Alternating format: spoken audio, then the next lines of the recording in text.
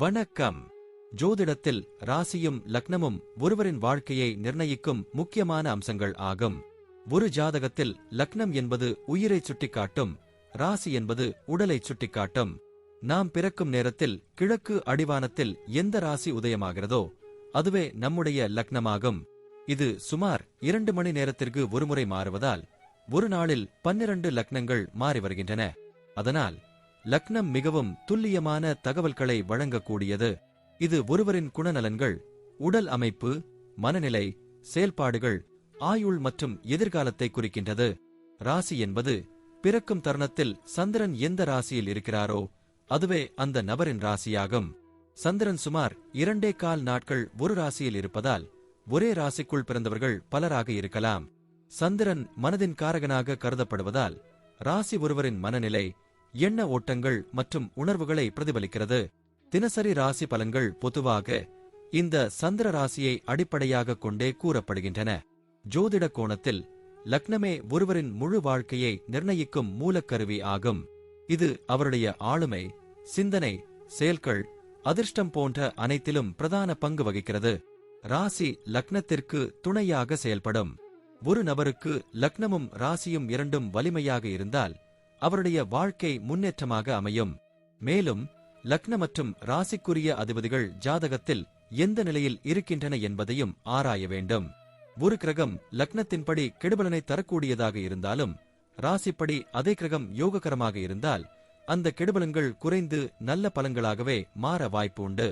அதனால் ஜாதக பலனை முழுமையாகவும் துல்லியமாகவும் அறிய லக்னம் மற்றும் ராசி இரண்டும் சேர்ந்து பார்க்கப்பட வேண்டும்.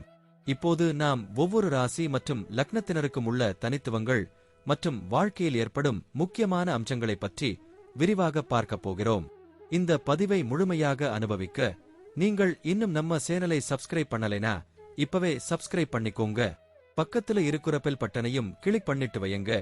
அப்பதான் நம்ம போடுற ஒவ்வொரு புதிய பதிவும் உடனே உங்களுக்கு தெரியும். சரி வாங்க, இனி வீடியோக்குள்ள போகலாம். இப்போது 12 லக்னம் மற்றும் ராசிக்காரர்களுக்கு என்னென்ன தனித்துவங்கள் இருக்கிறது என்பதை பற்றி இந்த பதிவில் பார்ப்போம்.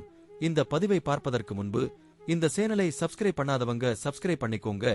பெல் பட்டனை கிளிக் பண்ணி வச்சுக்கோங்க. அப்பதான் நம்ம போடுற பதிவு உங்களுக்கு உடனுக்குடன் நோட்டிபிகேஷன் வரும். சரி வாங்க வீடியோக்குள்ள போகலாம். மேஷ ராசி மற்றும் தனுசு லக்னத்தில் பிறந்தவர்கள் எப்போதும் தீவிர உந்து சக்தியுடனும் விசாலமான சிந்தனையுடனும் செயல்படக்கூடியவர்கள். அவர்கள் ஒருபுறம் நெருப்பின் ஊக்கத்தையும் மறுபுறம் நெறிமுறையுடன் கூடிய சுதந்திர விருப்பத்தையும் கொண்டிருப்பதால் இவர்களின் வாழ்க்கை பல்லாயிரம் பரிமாணங்களை கொண்டதாக இருக்கும். இவர்களது மனதில் எப்போதும் ஒரு இலக்கு இருக்கும். அது அவர்களை இயக்கும் ஆதார சக்தியாக செயல்படும்.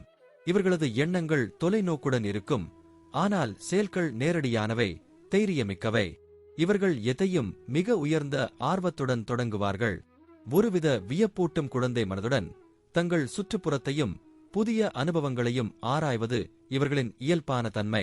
இந்த ஆர்வம் இவர்களை எப்போதும் கற்றுக்கொள்வதில், முன்னேறுவதில் தூண்டிக் கொண்டே இருக்கும். மற்றவர்களுக்கு தோன்றும் அச்சங்களை அவர்கள் சந்தேகமில்லாமல் எதிர்கொள்வார்கள். அவர்களது தைரியம் வெறும் உடல் தைரியமாக அல்ல, மனத்தைரியமும் கூட. தங்கள் கருத்துக்களை நேராக பகிர்வதில் பின் வாங்க மாட்டார்கள். ஆனால் இந்த நேர்மை சில சமயங்களில் மற்றவர்களுக்கு கடுமையாக தோன்றலாம். வாழ்க்கையில் எதையும் விளக்கமாக, உண்மையுடனும் நேர்மையுடனும் அணுகுவார்கள். இதனால் அவர்களிடம் நெருங்கி பழகுவது எளிதாக இருக்கும். ஆனால் அவர்கள் விரும்பாதவர்களிடம் தங்கள் மனதை திறக்க மாட்டார்கள். எளிமையான நடத்தை, நயமற்ற நேர்மை, தாராள சிந்தனை ஆகியவை இவர்களது முக்கிய பின்புல குணங்கள். ஏமாற்றங்களை எளிதாக ஏற்க மாட்டார்கள். ஆனால் அதிலிருந்தும் பயின்று தங்கள் பாதையை மீண்டும் அமைக்க அறிந்தவர்கள். இவர்கள் குடும்பத்தில் நம்ம வாய்ப்பு, விளையாட்டு மனப்பான்மை, சிரிப்பும் கலந்த அன்பும் கொண்டு இருக்க வாய்ப்பு அதிகம். தங்கள் பிள்ளைகளிடம் நண்பராக இருப்பார்கள். கட்டுப்பாடுகள் மற்றும் ஒழுக்கம் குறித்து உரைத்தாலும் அவற்றை கட்டாயமாக கட்டுப்படச் செய்வதிலும் சாயல் குறைவாக இருக்கும். நாம் அனுபவித்து வளர்ந்தது போலவே இவர்கள் அனுபவித்து வளர வேண்டும் என்ற மனப்பான்மை இவர்களுக்கு பொதுவானது.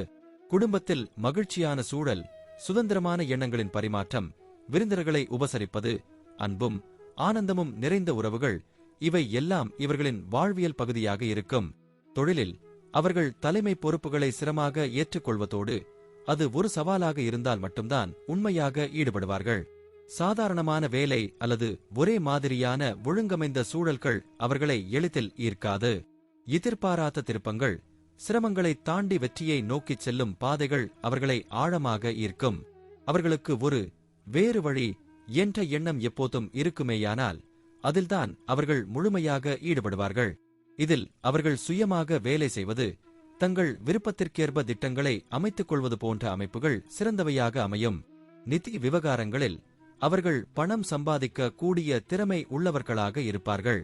ஆனால் அந்த பணத்தை நிர்வகிப்பது என்பது ஒரு படிப்படியாக கற்றுக்கொள்ள வேண்டிய பாடமாக அமையும். விரும்பிய ஒன்றை வாங்க ஒரே நாளில் ஒரு பெரிய தொகையை செலவிடத் தயங்க மாட்டார்கள்.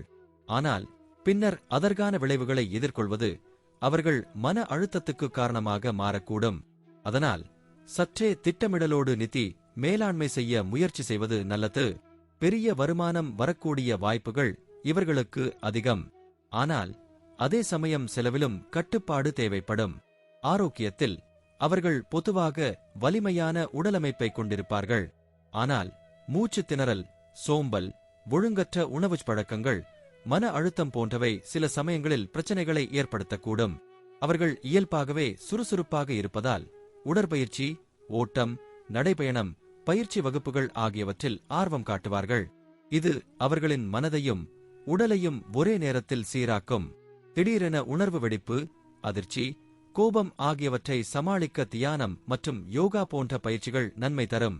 பயணங்களில் இவர்கள் வெளிச்சத்தையும் பரந்த வெளிகளையும் விரும்புவார்கள். அவர்கள் செல்வதற்கான இடங்கள் பூமியின் எல்லையை தொட வேண்டும் போலவே இருக்கும். ஒவ்வொரு பயணமும் இவர்களுக்கு ஒரு புதிதான தன்னறிவை கொடுக்கும். அவர்கள் தனியாக பயணிக்கவும் குழுவுடன் சென்று கொள்வதற்கும் சமநிலை பார்ப்பார்கள். அறிவை விரிவுபடுத்தும் வகையில் அருங்காட்சியகங்கள், கல்விசார் இடங்கள், புனித யாத்திரைகள், சாகசங்களில் ஈடுபடுவார்கள்.